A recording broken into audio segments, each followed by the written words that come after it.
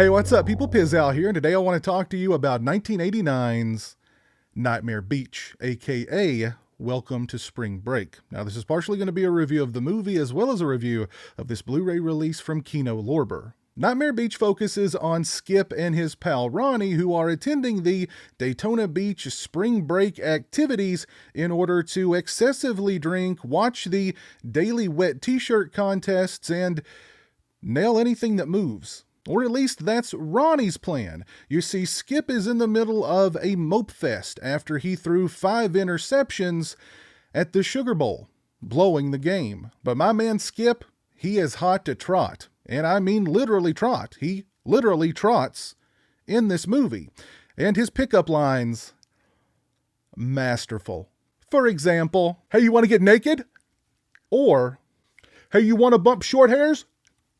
Skip and Ronnie run afoul of a biker gang whose leader, Diablo, wink wink, was executed in the electric chair, pre-credits, and may be back from the dead because a leather-clad biker is running around offing spring breakers. As a matter of fact, the movie wants you to believe that Diablo is back so badly that they fit the killer's motorcycle with a big chrome pitchfork. Eventually, Skip finds himself enveloped in a labyrinthian mystery involving corrupt local officials, a vengeance-seeking biker gang, and a killer. And Nightmare Beach is the strangest movie. It's this genre mashup that combines a slasher with a Nancy Drew mystery and a biker gang revenge flick. But even then, we've only just scratched the surface of what's going on in this movie. There are so many plot threads in Nightmare Beach, and not all of them are followed through. We have plot threads involving a hooker who picks up older men and takes them back to her hotel room, where an employee of the hotel spies on her through a really big peephole in the linen closet. We have the local reverend who's trying to keep his hard-partying daughter from, in his own words, drinking and being lewd, and go pray with him. We have the town mayor, the police, and a doctor who I think must double as the medical examiner, all conspiring to cover up these local murders, even going so far as to secretly dispose of bodies and frame innocent people. There's even some confusion over whether or not Diablo survived his execution and has either returned from the grave as a vengeful spirit or just survived the execution. And I guess in this town they don't embalm the dead, and he's just up and out and walking around after being electrocuted with a big chip on his shoulder. It's hard to call Nightmare Beach a slasher movie because there's not a whole lot of slashings, and the killer biker really doesn't play that prominent a role. The killer's identity becomes pretty obvious early on because all of these plot threads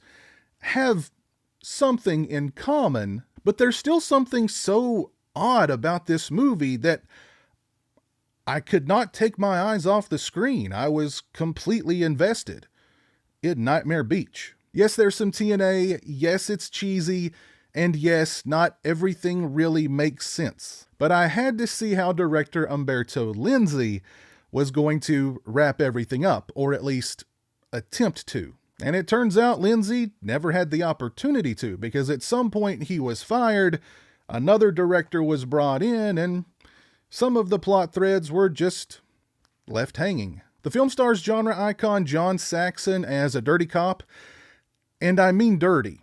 Don't go rooting through this guy's dresser drawers, if you know what I mean. Michael Parks plays an alcoholic doctor who, according to the plot, is also dirty, and in more ways than one.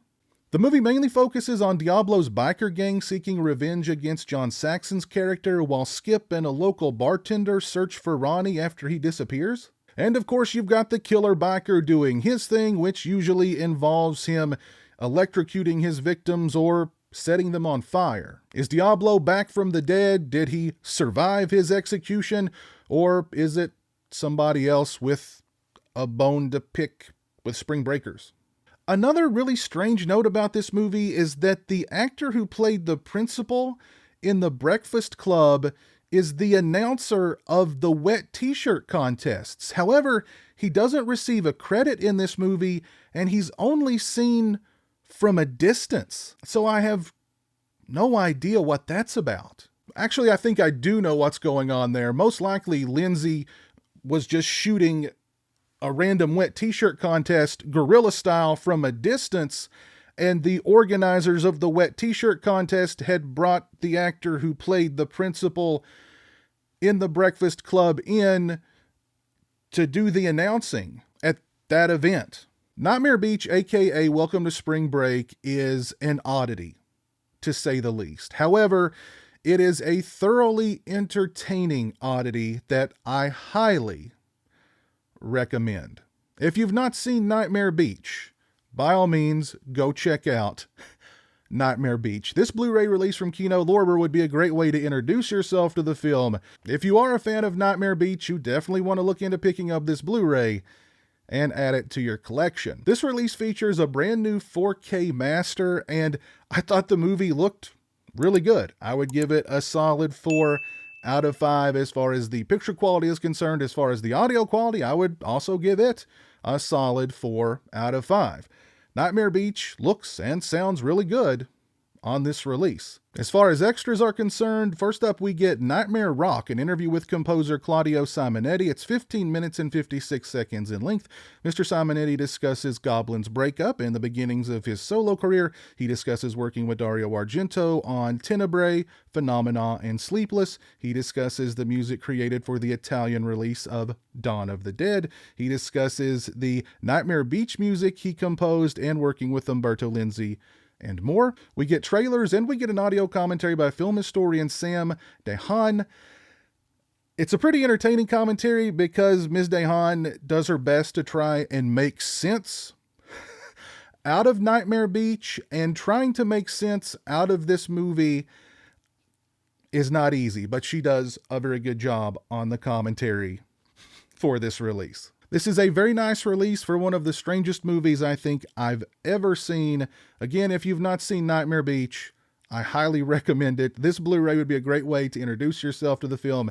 If you're a fan of Nightmare Beach, you definitely want to look into picking up this Blu-ray and add it to your collection. The picture quality and the sound quality are both very good, and we get a couple of nice extras on this release as well. Big shout out to my buddy Dave who sent me this Blu-ray. I appreciate it, man. This is definitely going to be a movie that I pull off the shelf a time or two in the future to revisit. I can definitely see that happening in the very near future. I really appreciate it, man.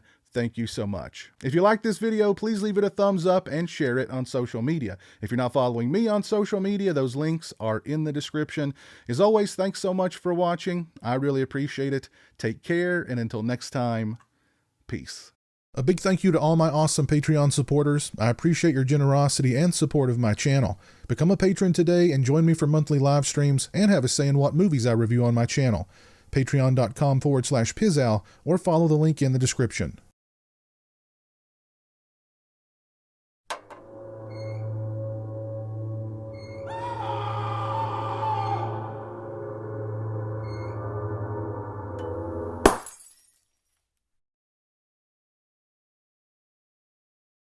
Say hello to the internet, Jeremy. Hello to the internet.